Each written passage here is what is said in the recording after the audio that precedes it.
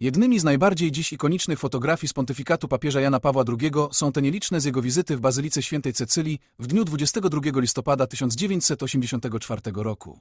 Jest tak dlatego, ponieważ papież użył wtedy nie tylko dawnych i pięknych szat liturgicznych, ale przede wszystkim fanonu, czyli szaty zarezerwowanej dla biskupa Rzymu. Był to pierwszy i ostatni raz, kiedy Jan Paweł II użył papieskiego fanonu.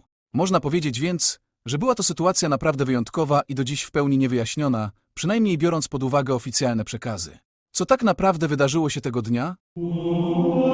Papież Jan Paweł II przybył do jednego z najstarszych kościołów Rzymu, czyli Bazyliki Mniejszej Świętej Cecylii, odpowiadając na zaproszenie jego ówczesnego rektora, prałata Antonio Massone oraz ówczesnej ksieni, siostry Marii Strignano. Zaproszenie było związane m.in. z ukończeniem prac restauratorskich prowadzonych w świątyni, również dzięki staraniom i pomocy włoskich ministerstw dóbr kultury i spraw wewnętrznych. Należy mieć również na uwadze, że od pontyfikatu Pawła VI papieże podjęli wzmożony wysiłek wizyt pastoralnych w rzymskich oraz włoskich kościołach i parafiach, czego potwierdzeniem jest również niedawna zapowiedź odwiedzin przez papieża Leona XIV w trakcie Wielkiego Postu 5 rzymskich parafii. Jan Paweł II wizytował bazylikę w dniu liturgicznego wspomnienia Świętej Cecylii, czyli 22 listopada. W czasie mszy świętej Ojciec Święty wygłosił wspaniałą homilię ku czci tej starożytnej męczennicy, której imię wymieniane jest w czcigodnym kanonie rzymskim.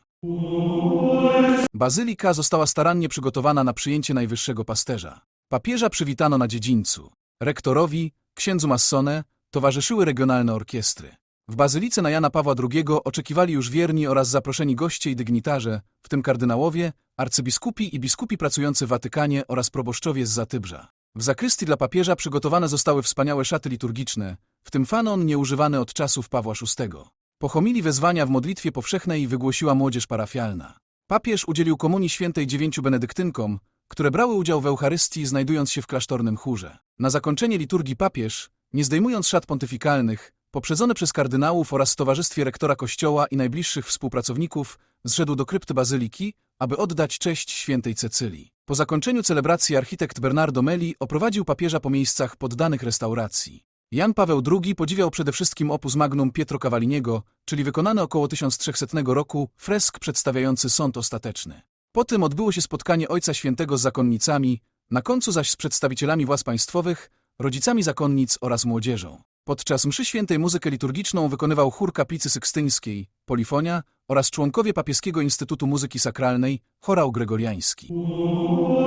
Użycie fanonu nie było pomysłem ówczesnego mistrza papieskich ceremonii, prałata Johna Megi, który był znany ze swojego technicznego stylu przygotowywania i prowadzenia liturgii papieskich. Należy odnotować, iż ksiądz Megi, pełniąc swoją posługę jako ceremoniarz papieski, nigdy nie sięgał po dawne szaty liturgiczne przynależące zasadniczo wyłącznie papieżowi, czyli faldę, fanon, subcinctorium czy trzewiki z krzyżem. Jak więc doszło do tego, że fanon znalazł się w zakrystii bazyliki, a Jan Paweł II nie odmówił jego użycia? Był to pomysł prałata Antonio Massone, ówczesnego rektora kościoła, a zarazem jednego z ceremoniarzy papieskich. Oznacza to, że miał bezpośrednio dostęp do zakrystii i skarbca bazyliki świętego Piotra.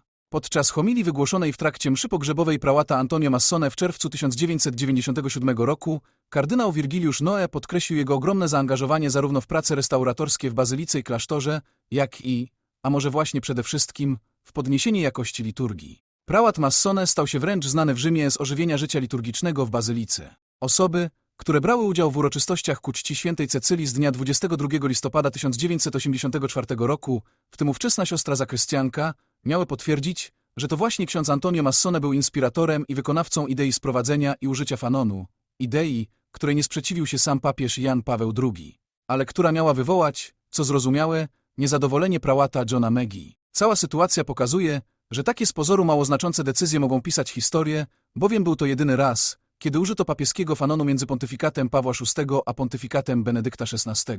W ostatnich 48 latach fanonu użyto zaledwie 4 razy.